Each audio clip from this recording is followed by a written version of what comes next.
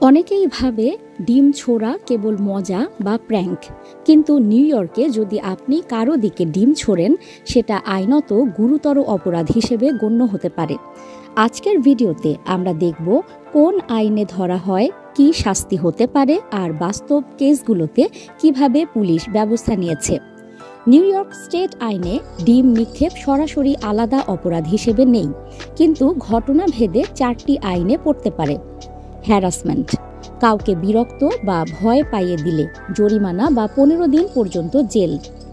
ডিসঅর্ডারলি conduct, জনসমক্ষে অশান্তি বা বিশৃঙ্খলা, জরিমানা বা 15 দিনের জেল। ক্রিমিনাল মিসচিফ, কারো সম্পত্তি নষ্ট হলে ক্লাস এ মিসডিমিনর, সর্বোচ্চ 1 বছর জেল বা জরিমানা।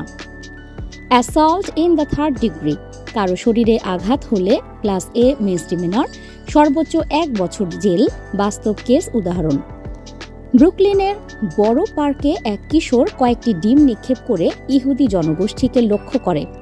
পুলিশ এটিকে হেট ক্রাইম বা অ্যাসল্ট হিসেবে বিবেচনা করে এবং অভিযুক্তকে গ্রেফতার করে।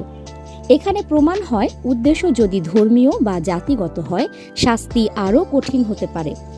জুলাই 2025-এ পুলিশ 3 জনকে গ্রেফতার করে যারা টানা ডিম নিক্ষেপ করেছিল। চার্জ করা হয় criminal tampering, harassment, attempted assault, criminal mischief সহ একাধিক আইনে। এটি প্রমাণ করে ছোট শহরেও একইভাবে কঠোর আইনি পদক্ষেপ হয়। অনেক সময় স্কুল বা কিশোরদের মধ্যে ডিম ছোড়া প্রথমে মজা মনে হয়, কিন্তু গাড়ি, বাড়ি বা দোকানের ওপর ডিম ছুড়লে সেটি ক্রিমিনাল মিসচিফে হয় এবং আদালতে যেতে হয়। পুনরাবৃত্তি হলে জেল অনিবার্য। শাস্তি কি হতে পারে? ভায়োলেশন, হ্যারাসমেন্ট বা ডিসঅর্ডারলি কন্ডাক্ট, জরিমানা এবং সর্বোচ্চ 15 দিনের জেল। ক্লাস এ মিসডিমিনর, অ্যাসল্ট, ক্রিমিনাল মিসচিফ, সর্বোচ্চ 1 বছরের জেল সাথে $1000 জরিমানা।